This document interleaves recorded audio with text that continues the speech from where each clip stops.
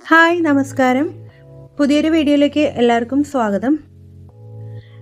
ഇന്ന് നമുക്ക് വീട്ടിൽ തന്നെ അട ഉണ്ടാക്കിയിട്ട് അടപ്പായസം തയ്യാറാക്കുന്നത് എങ്ങനെയാണെന്ന് നോക്കാം. അപ്പോൾ ഇത് വളരെ എളുപ്പമാണ്. നമ്മുടെ വീട്ടിലുള്ള സാധനങ്ങൾ ഉപയോഗിച്ച് തന്നെ നമുക്ക് വീട്ടിൽ അട ഉണ്ടാക്കാം. അതിന് വേണ്ടിയിട്ട് ഞാനിവിടെ ഉണക്കലരി എടുത്തിട്ടുണ്ട്. അപ്പോൾ ചെറിയൊരു കപ്പ് ഉണക്കലരി എടുത്തിട്ടുണ്ട്. നമ്മൾ ഗ്ലാസ്സിൽ എടുക്കുകയാണെങ്കിൽ ഏറ്റവും ചെറിയ ഗ്ലാസ്സിൽ ഒരു ഗ്ലാസ് എടുത്താൽ മതിയാവും, അല്ലെങ്കിൽ 4-5 ടേബിൾ സ്പൂൺ എടുത്താലും മതിയാവും. അപ്പോൾ ഇത് നന്നായിട്ടൊന്ന് കഴുകി എടുത്തിട്ട് വരാം. ഇത് കഴുകിയിട്ട് ഒരു 6 മണിക്കൂർ കുതിർത്തിട്ടുണ്ട്. കുതിർത്തതിന് ശേഷം നമുക്കിതൊരു മിക്സിയുടെ ജാറിലേക്ക് ഇട്ട് നന്നായിട്ട് അരച്ചെടുക്കാം. കുറച്ച് വെള്ളം ചേർത്തിട്ട് ഒരു ദോശമാവിൻ്റെയൊക്കെ പരുവത്തിൽ അരച്ചെടുക്കാം. ഇപ്പോൾ ഫൈനായിട്ട് അരയണം. ഇപ്പോൾ ഇത് അരഞ്ഞ് കിട്ടിയിട്ടുണ്ട്. നമുക്കൊരു പാത്രത്തിലേക്ക് മാറ്റി കൊടുക്കാം. ഇത് ഈ പരുവത്തിൽ വേണം ഇത് അരച്ചെടുക്കാൻ. ഇനി ഇതിലേക്ക് ഒരു 1/4 ടീസ്പൂൺ, കാലല്ല ഒരു പിഞ്ച് ഉപ്പ് ചേർത്ത് കൊടുക്കാം. നന്നായിട്ട് മിക്സ് ചെയ്തെടുക്കാം. രണ്ട് രീതിയിലാണ് അട തയ്യാറാക്കുന്നത്. ആദ്യം നമുക്കൊരു പ്ലേറ്റിലേക്ക് ഇതുപോലൊരു പ്ലേറ്റ് എടുക്കുക. അതിലേക്ക് കുറച്ച് അട ഉണ്ടാക്കാന്നുള്ള ഈ മാവ് ഒഴിച്ചു കൊടുക്കാം. നന്നായിട്ടൊന്ന് സ്പ്രെഡ് ചെയ്ത് കൊടുക്കാം. ഇത് നമുക്ക് ഇഡ്ഡലി പാത്രത്തിൽ വെച്ച് കൊടുക്കാം. ഇനി നമുക്ക് വാഴയിലയിലും അട പരത്തിയെടുക്കാം. അപ്പോൾ ഇതുപോലെ വാഴയിലയിൽ 1-2 ടീസ്പൂൺ മാവ് ഒഴിച്ചു കൊടുക്കാം. എന്നിട്ട് നമുക്ക് സ്പൂൺ കൊണ്ട് തന്നെ ഒന്ന് പരത്തിയെടുക്കാം.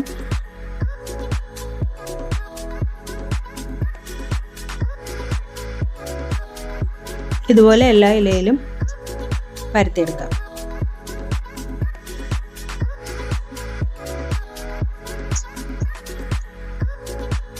ഇപ്പം നമ്മൾ വീട്ടിൽ തന്നെ അട ഉണ്ടാക്കിയിട്ട് പായസം വയ്ക്കുമ്പോൾ അതിന് വല്ലാത്തൊരു ടേസ്റ്റാണ്.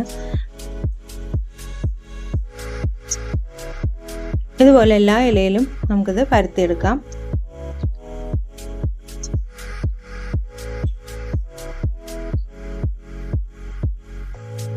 ഇനി ഇത് നമുക്ക് ആവിയിൽ വെച്ച് വേവിച്ചെടുക്കാം. പെട്ടെന്ന് വെന്ത് കിട്ടും. ഒരു 10 മിനിറ്റ് ഒക്കെ മതിയാവും.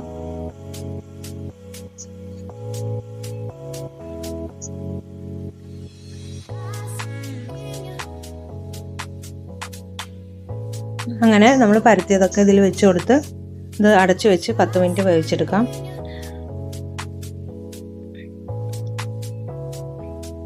ഇപ്പോൾ നമ്മൾ ആദ്യം പ്ലേറ്റിൽ വെച്ചതൊക്കെ വെന്ത് കിട്ടിയിട്ടുണ്ട്. ഇത് നമുക്കൊരു കത്തി കൊണ്ട് ഷേപ്പാക്കി കൊടുക്കാം. ഇതുപോലെ ആദ്യം നീളത്തിൽ പിന്നെ ക്രോസ് ആയിട്ട് കട്ട് ചെയ്ത് കൊടുക്കാം. നമ്മൾ അടയുടെ ഷേപ്പിൽ ഇതുപോലെ വരഞ്ഞു കൊടുക്കാം. അതിനുശേഷം ഓരോന്നായിട്ട് നമുക്ക് ഇതിന്ന് അടർത്തിയെടുക്കാം.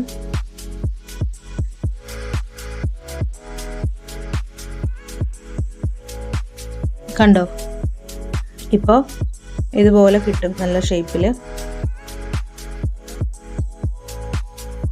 ഇപ്പോൾ ഉണക്കലരി ഇല്ലെങ്കിൽ സാധാരണ അരിപ്പൊടി ഉപയോഗിച്ചിട്ട് നമുക്ക് ഇതുപോലെ ചെയ്തെടുക്കാൻ പറ്റും. അരിപ്പൊടിയിലേക്ക് ചുടുവെള്ളം ഒഴിച്ചു കൊടുത്ത് ഇതുപോലെ ഇതേ മെത്തേഡിൽ ചെയ്തെടുത്താൽ മതിയാവും. പക്ഷെ ഉണക്കലരി ആകുമ്പോൾ ആ ഒരു ട്രഡീഷണൽ ആ രീതിയിൽ ചെയ്യുന്നത് പോലെ ഇരിക്കും. ഇപ്പോൾ അടകളൊക്കെ തയ്യാറായിട്ടുണ്ട്. ഇനി നമുക്ക് ഇലയിൽ വെച്ചിട്ടുള്ള അട അതെങ്ങനെയാണ് വരുന്നത് നോക്കാം. ഇപ്പോൾ ഇത് നന്നായി വെന്ത് കിട്ടിയിട്ടുണ്ട്. ഇത് നമുക്ക് ഒരു പ്ലേറ്റിലേക്ക് മാറ്റി കൊടുക്കാം. ഇനി ഇത് ചെറുതായിട്ടൊന്ന് അരിഞ്ഞെടുക്കാം. അപ്പോൾ പ്ലേറ്റിലാവുമ്പോൾ നമുക്ക് നല്ല ഷേപ്പിൽ കിട്ടും. ഇലയിലാവുമ്പോൾ കറക്റ്റ് ആ ഒരു സ്ക്വയർ ഷേപ്പ് വരില്ല. ഇതുപോലെ ചെറുതായിട്ട് മുറിച്ചെടുക്കേണ്ടി വരും. ഇപ്പോൾ പ്ലേറ്റിൽ ചെയ്യുന്നതായിരിക്കും കുറച്ചുകൂടി നല്ലത്. ഇനി നമുക്ക് ഈ അട നമുക്ക് കുറച്ച് വെള്ളം ഒഴിച്ചൊന്ന് കഴുകിയെടുക്കാം. അതിനുശേഷം നമുക്കിതൊരു പാത്രത്തിലേക്ക് ഇട്ട് കൊടുക്കാം. ഇതിനു വേണ്ടിയിട്ട് നമുക്ക് ഒരു 300 ഗ്രാം ശർക്കര കുറച്ച് വെള്ളം ഒഴിച്ച് ഉരുക്കിയെടുക്കാം. ഇനി നമുക്ക് ഈ അടയിലേക്ക് ശർക്കര പാനി ഒഴിച്ചു കൊടുക്കാം. നന്നായി മിക്സ് ചെയ്ത് കൊടുത്ത് ഇതൊന്ന് വേവിക്കാൻ വെക്കാം. ഇതിനിടയിൽ നമുക്ക് തേങ്ങാപ്പാൽ റെഡിയാക്കണം. 1-ാം പാലും 2-ാം പാലും എടുത്ത് വെച്ചിട്ടുണ്ട്. ഒരു ഫുൾ തേങ്ങയാണ് എടുത്തിരിക്കുന്നത്. അപ്പോൾ ഇത് അട വെന്ത് കഴിയുമ്പോൾ നമുക്ക് 2-ാം പാൽ ആദ്യം ചേർത്ത് കൊടുക്കാം. അപ്പോൾ 2-ാം പാൽ ചേർത്തത് നന്നായി വെന്ത് കഴിയുമ്പോൾ നമുക്ക് അതിൽ വറുത്തിടണം. നമുക്ക് തേങ്ങാക്കൊത്തും അണ്ടിപ്പരിപ്പൊക്കെ ചേർത്തൊന്ന് മൂപ്പിച്ചെടുക്കാം നെയ്യിൽ.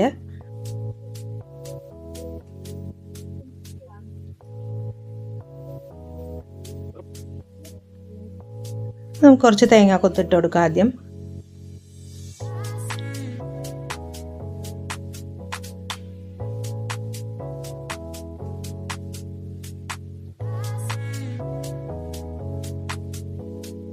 കുറച്ച് മുന്തിരികയും കുറച്ച് അണ്ടിപ്പരിപ്പും കൂടി ചേർത്ത് കൊടുക്കുന്നുണ്ട്.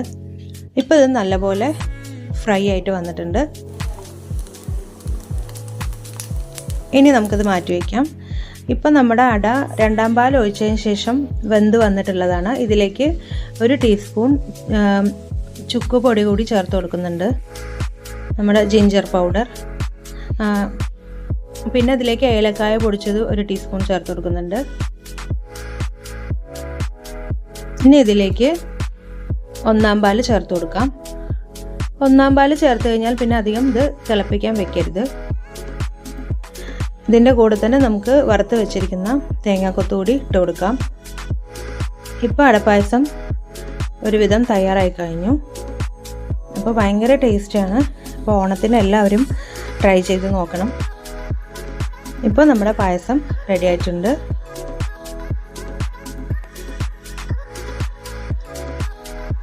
കണ്ടോ, നല്ല ടേസ്റ്റാണ്.